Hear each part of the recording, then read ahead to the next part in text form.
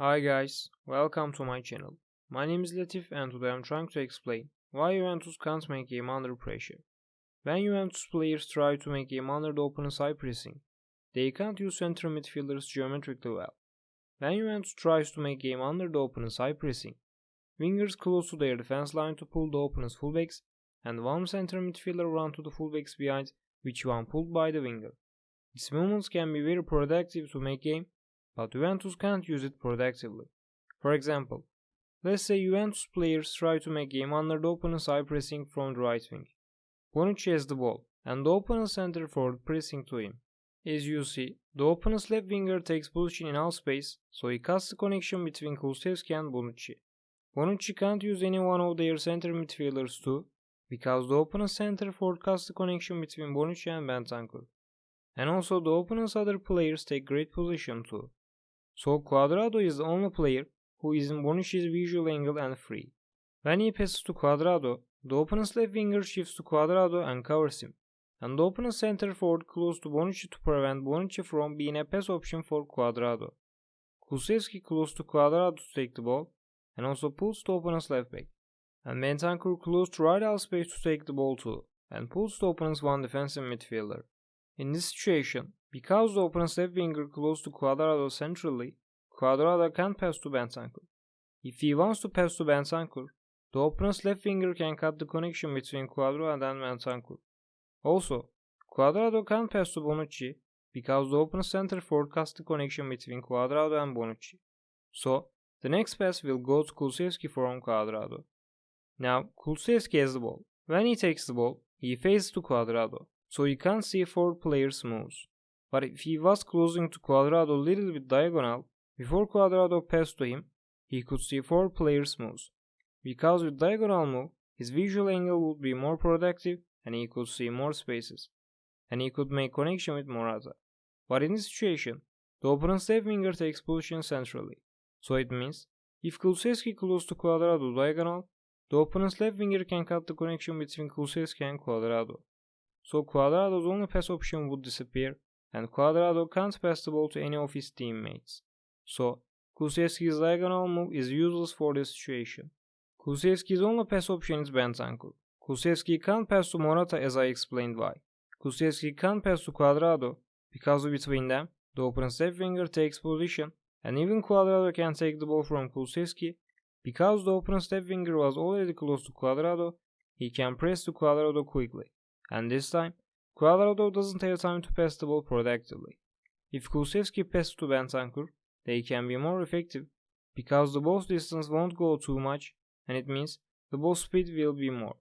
They can pass to each other quickly. So as a result, Kulusevski can pass to only Bentancur. And also not any of the opponent's players can cut the connection between Kulusevski and Bentancur.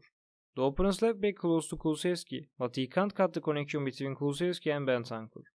The opponent's one defensive midfielder close to Bentancur, but he close from Bentancur's behind, so he can't cut the connection either. But in this situation, there is a problem. When Kulusevski takes the ball from Cuadrado, as I explained, he pulls the opponent's fullback and Bentancur runs to the fullbacks behind.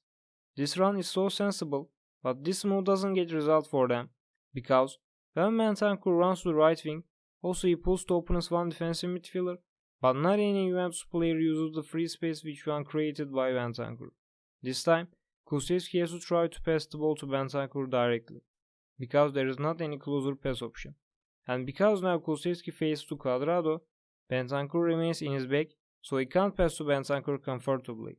And when Bentancur is in the right wing, the triangle between Kulusevski, Cuadrado and Bentancur becomes geometrically unuseful, so they can't make game effectively. If we make a triangle which occurs by Kulusevski, Cuadrado and Bentancur, when Bentancur takes position in right half space, as you see the triangle's angles have balance, and because the triangle's edges are not too much, they can pass to each other quickly. When Bentancur runs to the right wing, the triangle becomes so unbalanced. As you see, Kulusevski has too much angle, but Cuadrado and Bentancur hasn't much angle. It means Bentancur can't take the ball from Kulusevski. And also in the connection between Kulusevski and Bentancur, the opponent's left back takes position, so he can cut the connection between them easily.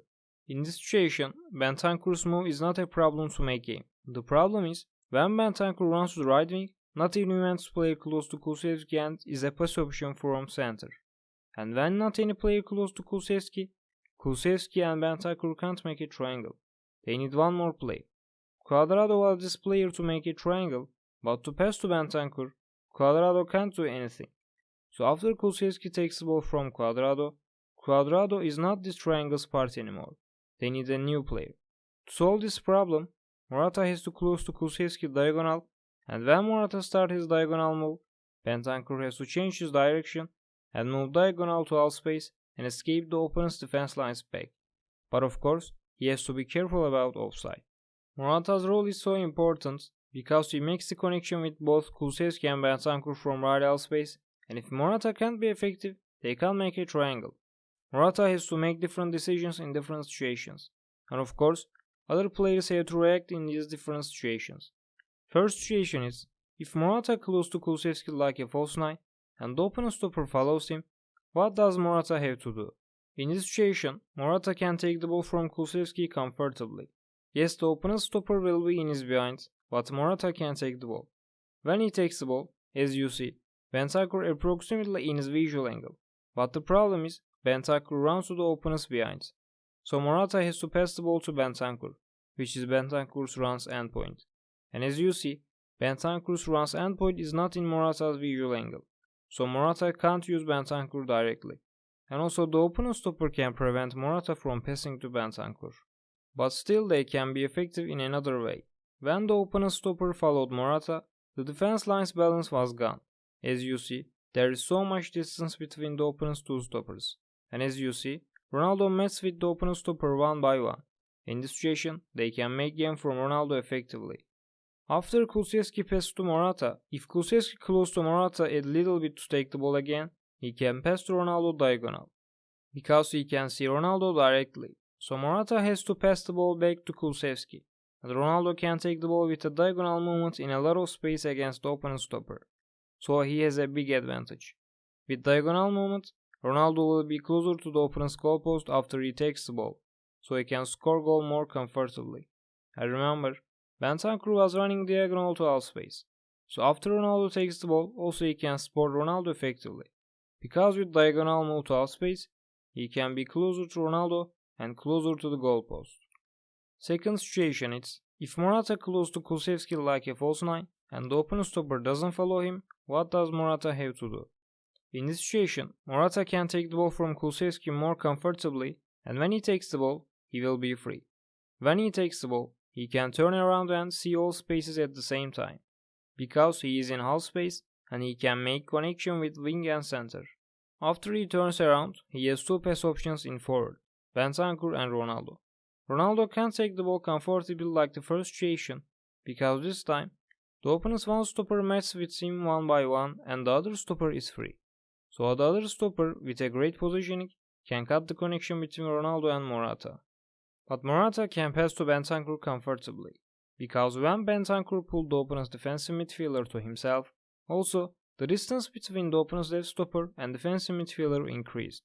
And because after Bentancur pulled the opponent's defensive midfielder to the wing, running diagonal to half space to the opponent's defense line's back, he will take the ball from Morata before the opponent's defensive midfielder. Because with diagonal move, he will be closer to the ball, and when he takes the ball in half space, he can go to score goal directly, or pass to Ronaldo.